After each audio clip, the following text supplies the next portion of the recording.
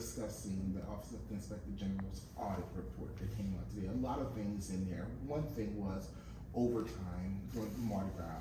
I know you all released a statement, but I mean, just what is your reaction to that? Yeah, we got a legal opinion about it and even reached out to the Department of Labor about the payments. And the opinion that we got back and from our legal counsel is what we did was just and proper under state and federal law. So we feel pretty good about that.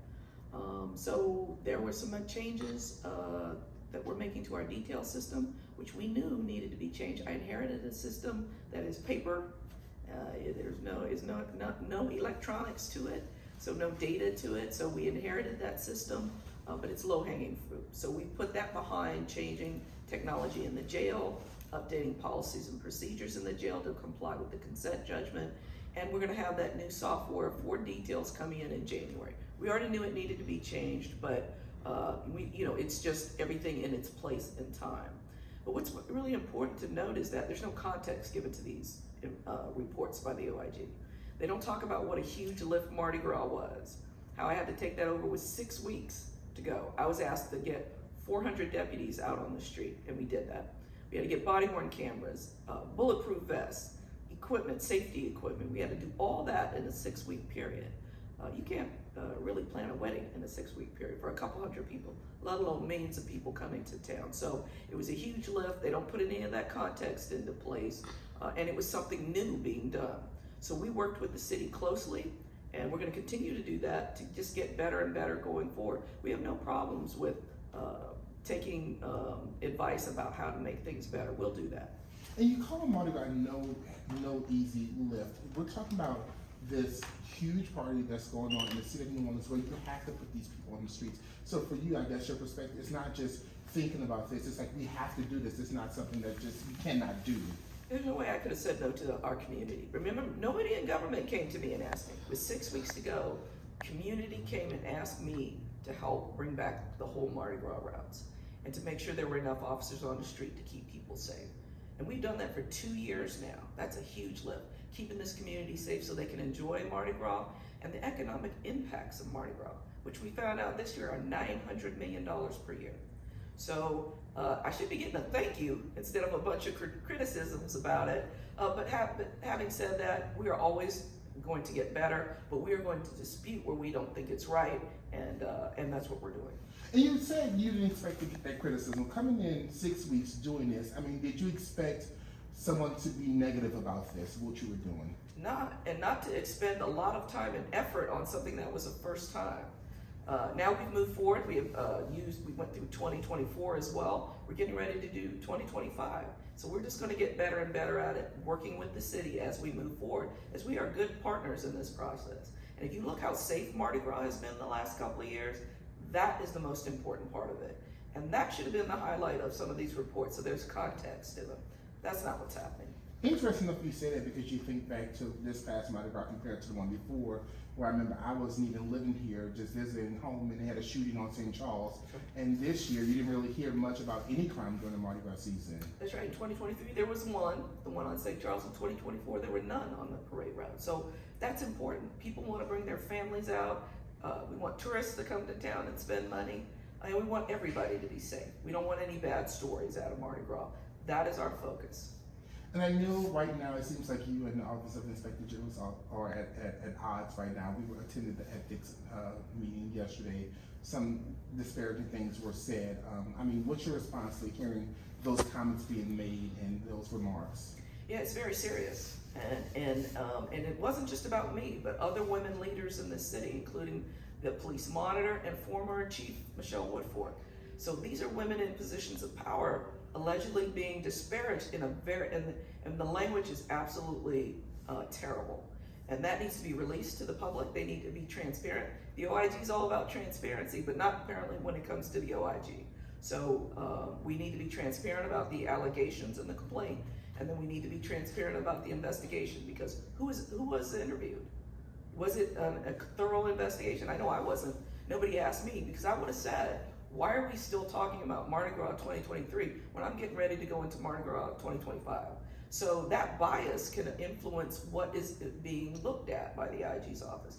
So for instance, we continue to look at 2023 Mardi Gras, and we're looking at details, but the jail is over the limit of people that are supposed to be in there. Our deputies are facing big odds there. The OIG is not doing anything to help with our main job. So you see, it's a bias in picking what is gonna be reviewed.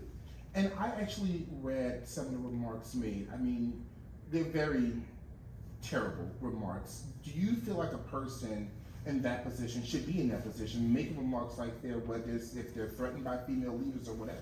Absolutely not. And if you know anything about inspectors general, one of their most important tenets is that there can be it's impermissible to have bias or to even have the perception of bias. And so it's really important for the integrity of the office that this complaint be looked at, be made public, and the investigation as well.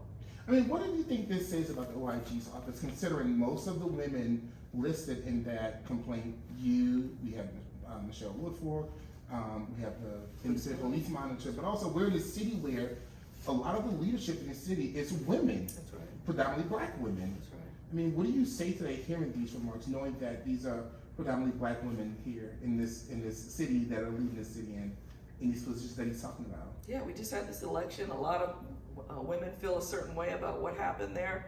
And I'm a black woman. I've been through this before. You're being judged by something that has nothing to do with your work or your integrity, and there's a bias against you. And you can't fight against any of that. There's nothing you can do about that. But what I am gonna do is speak out, make sure we're aware, and then we need to see that this was legit. The investigation into this complaint, and the public has a right to know what was spent. $50,000 was spent on this. Now, they're looking at the money I'm spending, but this money was spent on an investigation of the IG, and there's only a verbal report about it. That seems a bit much. So we need to know what happened. And yesterday we were at the ethics board meeting, and they went into executive session. I know you talked about transparency, having them go into executive session, not disclose certain details about this, to make that decision, not even go on camera afterwards saying we're just going to release a press release. Do you think they should have been forthcoming and going on camera, being open about this, versus going into a private session to discuss this? Oh yeah, absolutely. The independent police monitor and the inspector general write public reports about entities and department heads and leaders of the city all year long. And their names are put out there, and allegations against them are put out there, and what they've done is put out there. What's good for them is also good for the inspector general. We have to know that they're operating the way they should. And I know this is cliche to ask, but what would you like to see happen moving forward? I know you kind of talked about the transparency and having these remarks made public. What would you like to see? Well, I want to see transparency. Again, number one, the investigation needs to be released, and the complaint, the actual complaint, what was said. I think it's important for the community to hear this language. That's really important. So we want to start right there. And then moving forward, I want the Ethics Review Board to hold the Inspector General accountable for his actions. So we knew that we needed to reform this system. I inherited an old system. There's no software for it, very few employees in that department to look at it. But I've created a Compliance and Accountability Bureau. It's primarily looking at the jail, but we've also added an inspections unit. So we're building that unit, making sure we have personnel in place, policies and procedures for it, and our new software will be here in January. But it's a process to build that up. And that is always secondary to the jail. But it's also important to note, and the Inspector General didn't bother to do that, we are not paying our deputies a living wage. So they have to work these details to make ends meet and to take care of their families. All of that was left out of the report. So again, context is really important.